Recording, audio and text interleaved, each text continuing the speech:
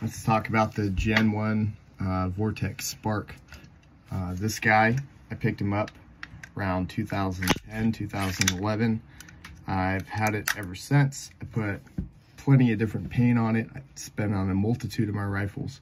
It holds 0, but there's a few things that I didn't like where I could see why they changed it. The Vortex SPARC, like the Gen 1 to the Gen 2, was the number one, was that battery. The battery inside here, you would have to go to like a light bulb store with batteries, and you would find it, but it was a very odd battery. So I saw on a AR-15 forum what you can do for it to remedy the issue is get a nickel right here, and you get your 2032 battery.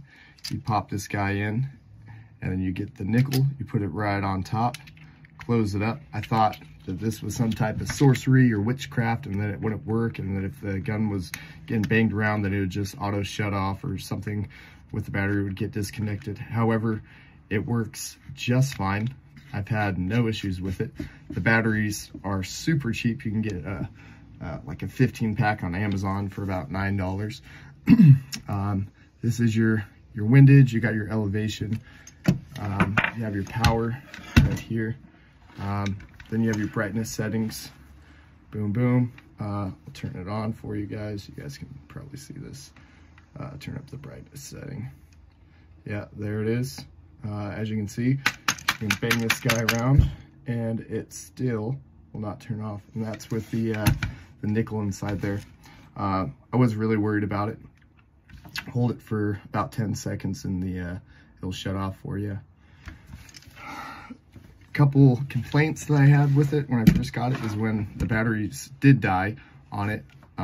There's like an auto turn back, like it somehow turns itself back on.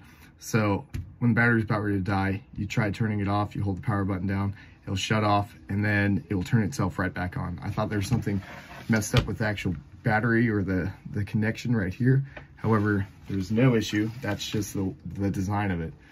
So it would not actually turn off. I like this optic. I'll throw it on any gun, just go into the range to go plink with it. If I want to throw it on like 22, just pop that guy on there. Another thing that's pretty bad is how small it is, right? So with this is that when you're looking through it, it's kind of just small, like your actual window itself to look through. It's hard to get a perfect sight picture because it's so small, but it's good for if you're like doing close range shooting. So from here to 25 meters or in, you have quick, both eyes open, bang, bang, bang. Really nice. You don't want to shell out hundreds of dollars on an optic and then it doesn't work or it breaks.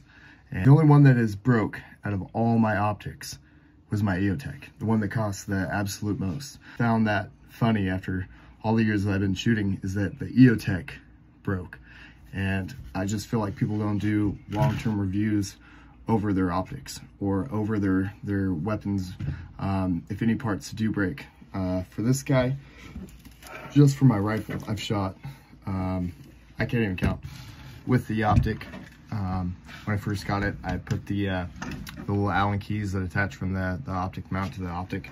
I put blue Loctite on them. They have yet to back out, and I've had this same setup with this with the mount. Put it on a whole bunch of different guns, shot it. It is yet to get loose. I guess that's just the quality of Vortex. I wish a lot of like gun channels would do more reviews over long-term use out of their optics. You'll see a whole bunch. They'll just go out there and they'll shoot maybe 4,000 or 5,000 rounds. They'll bang it around and drop it out of a truck, and then they'll pick it back up and shoot it and be like, oh, it holds 0. But then for like the average dude, the average shooter, like probably most of you and me, is that if I pick it up and this thing costs $200, I don't want to just use it for one deer season or one range sesh and then I'm gonna go buy a new one, because that's not how it works.